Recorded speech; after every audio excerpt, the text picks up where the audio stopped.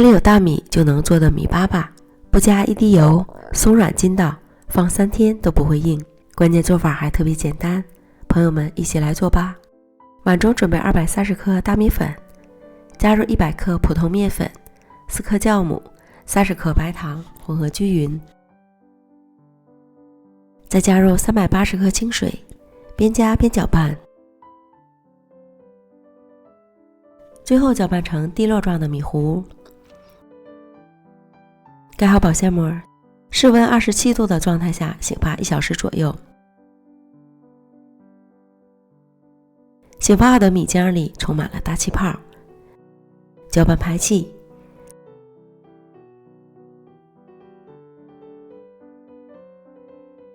不粘锅无需刷油，舀入1勺米糊，让它自然滴落成圆饼，盖上盖子，小火加热1分钟左右，表面基本定型。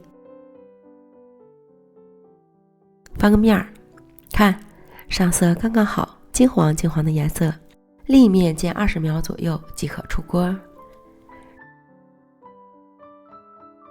柔柔软软的米粑粑就做好了，不加一滴油，吃起来松软筋道，口感微甜，冷热都好吃，即使放3天也不会硬。喜欢的朋友就赶快试试吧。